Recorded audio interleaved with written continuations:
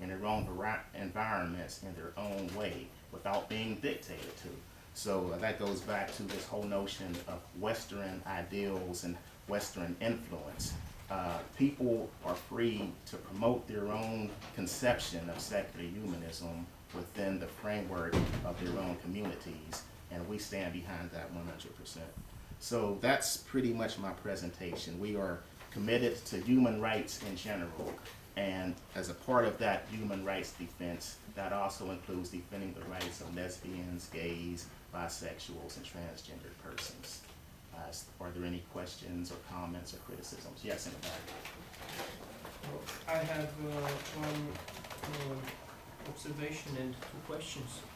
I will start with my observation. I think the debate is starting from a different level, from a superior level of discussion from an epistemological and philosophical point of view. So regarding to this, these are my two questions. First of all, what is the difference between blind obedience and belief? And second, also regarding this homophobia, the second would be what is the difference between promoting this new humanism and promoting other isms, let's just say like communism or capitalism or other this ism.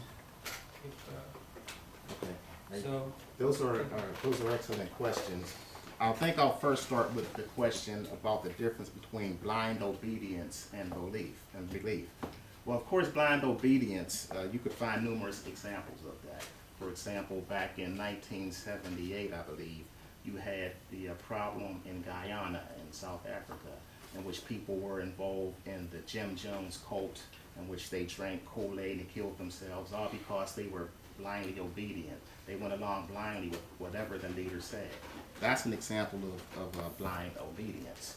As far as belief, well, a belief is something that can be based on an irrational idea, or it can be based on rational thinking. We all have our set of beliefs. So that when I say I believe in God, Right. it's not where I believe in Jesus Christ. This is nothing rational here. This is something. that was my I'm not. feeling. This is not Right. a rational act.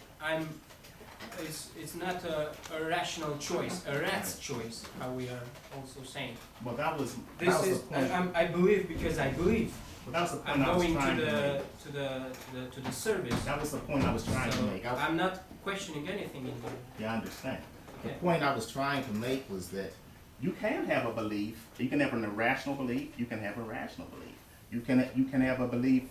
Yeah. For example, I could say that I believe that, I don't know, France is going to win the World Cup. Now, if that belief is based on my experience, if it's based on my knowledge of the game, if it's based on what all the experts say, even though that belief might not turn out to be correct, it's a belief that was based on my using my critical faculties to the best of my ability. But the belief you're talking about, a belief in God, it can be either way. There are rational people who do believe in God. There are Yes, rational people who all do of not us believe we in God. are rational. Well, to some extent, some are more Yes, rational but than others. The thing is that we have here two different entities, let's say, and both of them are irrational. Blind obedience and belief. So both of them at some point are irrational.